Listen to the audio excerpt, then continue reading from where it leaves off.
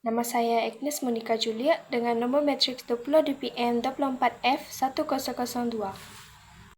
Saya, Claudia Janti Anak Uli, nomor pendaftaran 20 DPM 24F 1035. Halo, saya Elisha Luna Laing, nomor matriks 20 DPM 23F 2017 dari kelas 3B. Berikut adalah isi kandungan yang terdapat dalam slide kami. Yang pertama ialah pengenalan. Pengenalan adalah gambaran umum tentang adat potong kepala dalam masyarakat Iban. Yang kedua ialah asal-usul adat potong kepala, sejarah dan sebab adat ini diamalkan. Yang ketiga ialah peralatan suku kaum Iban. Senjata dan alat tradisional digunakan dalam ngayau.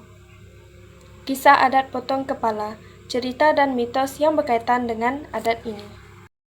Berikut adalah contoh gambar adat potong kepala masyarakat Iban dalam struktur sosial dan kepimpinan di Sarawak suatu ketika dulu.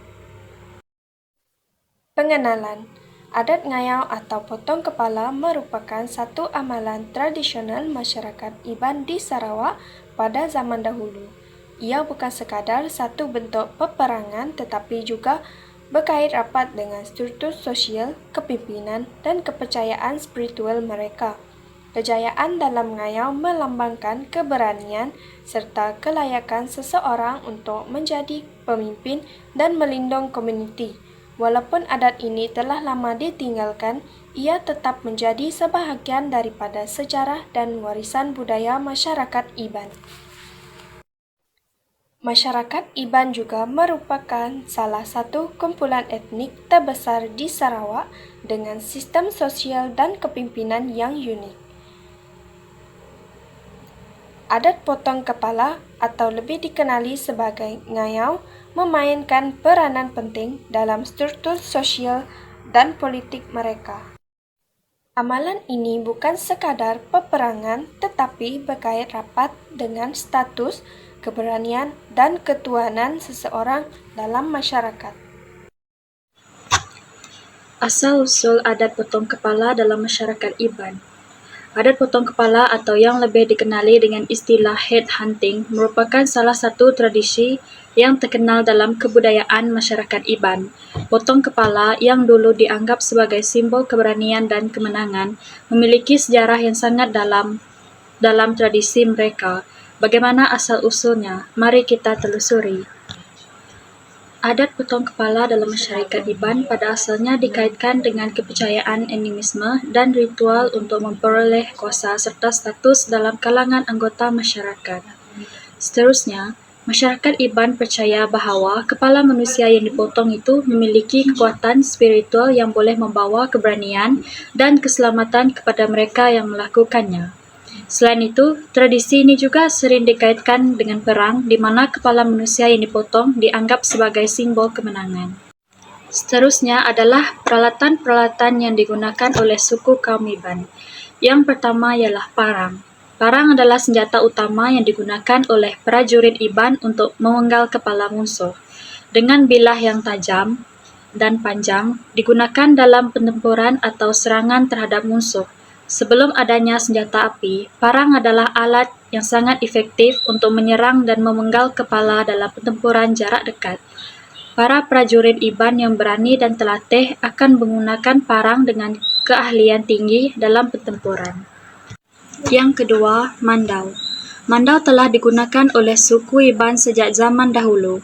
Meskipun bentuknya bisa bervariasi sedikit antara berbagai suku Dayak lainnya, mandau yang paling terkenal adalah yang digunakan oleh suku kaum Iban, terutama dalam adat ngayau. Dalam sejarahnya, mandau tidak hanya digunakan dalam peperangan dan perburuan, tetapi juga memiliki makna spiritual. Mandau diyakini oleh masyarakat Iban sebagai senjata yang diberkati oleh roh-roh nenek moyang dan oleh kerana itu memiliki kekuatan magis. Mandau yang dipakai oleh prajurit dalam ngayau dianggap sebagai simbol kekuatan dan keberanian. Yang ketiga adalah sabit. Sabit adalah alat pertanian yang digunakan untuk memotong atau memanen tanaman yang tumbuh rendah seperti padi, rerumputan atau tanaman lainnya. Meskipun sabit lebih dikenal sebagai alat pertanian, dalam konteks budaya dan tradisi beberapa suku di Asia Tenggara, termasuk suku Iban, sabit juga memiliki simbolisme tertentu dan digunakan dalam beberapa ucara dan aktivitas ritual. Dan yang terakhir adalah pakaian lama suku kaum Iban. Pakaian tradisional suku Iban memiliki ciri khas yang mencerminkan kekayaan budaya, keindahan seni, dan adat mereka. Pakaian ini tidak hanya dipakai untuk kegiatan sehari-hari, tetapi juga memiliki peranan penting dalam upacara adat, perayaan, serta simbol status sosial dan keberanian dalam masyarakat Iban.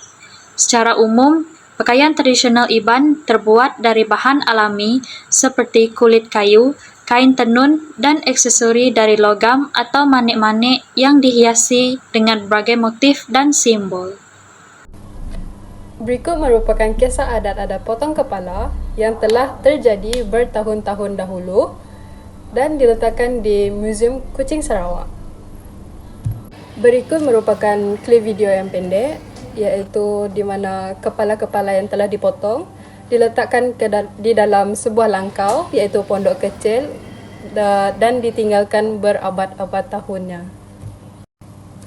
Kesimpulan dalam adat ini adalah adat potong kepala dalam masyarakat Iban suatu ketika dahulu memainkan peranan yang sangat penting dalam menemukan struktur sosial dan kepimpinan mereka. Ia bukan hanya tentang perang dan kekerasan, tetapi juga melibatkan aspek spiritual dan penghormatan. Walaupun tradisi ini telah berkurang sejak kedatangan agama-agama besar dan penjajahan barat, ia tetap merupakan sebahagian daripada sejarah dan identiti masyarakat Iban di Sarawak.